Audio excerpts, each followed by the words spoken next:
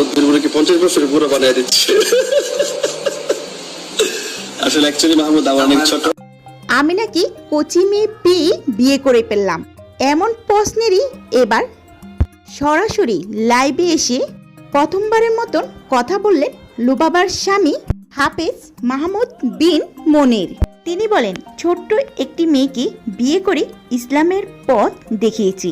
আমার মাধ্যমে আল্লাহ তাআলা তাকে হেদায়েত দান করেছেন। রাহমাতুল্লাহ, আল্লাহর অশেষ রহমতের কারণে আজ আমি এই পর্দাতে এসেছি। সে তো মিডিয়া ছেড়ে দিয়েছে, তাকে তার মতো করে বাঁচতে দিন। হ্যাঁ ভিউয়ার্স, ঠিক এভাবেই স্ত্রীর সম্পর্কে কথা বললেন হাফেজ মনির। জানা যায় মাহমুদ বিন মনির নরসিংদীর সন্তান। কওমি মাদ্রাসা থেকে পবিত্র কোরআনে হিফজ করে দাওরায়ে হাদিস সম্পন্ন করেছেন। ঢাকা ও নরসিংদীর বিভিন্ন মাদ্রাসায় পড়াশোনা করেছেন তিনি। বর্তমানে বাবার ব্যবসায়ী সূত্রে কুয়েতে ব্যবসা করছেন ও সৌদি আরবে তাদের সুগন্ধির ব্যবসা রয়েছে।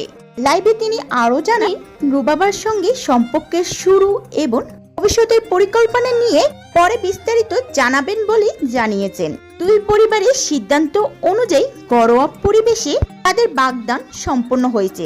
তবে সরকারি আইন অনুযায়ী নির্ধারিত সময় বিয়ের আনুষ্ঠানিকতা সম্পন্ন হবে বলেও জানান তিনি। অন্যদিকে সিমরিন লুবাবা ছোটবেলা থেকেই মিডিয়ার পরিচিত মুখ। প্রয়াত অভিনেতা আব্দুল কাদেরের নাতনি হিসেবে শিশুশিল্পী হয়ে জনপ্রিয়তা পান লুবাবা। পরবর্তীতে নিয়মিত অভিনয় ও মডেলিং করেছেন। শেষের দিকে হঠাৎই বিনোদন জগৎ থেকে নিজেকে সরিয়ে নেওয়ার ঘোষণা দেন লুবাবা। মাহমুদ বিন মনির লাইভে লুবাবাকে নিয়ে প্রথমবারের মতন খোলাখুলি কথা বলেন।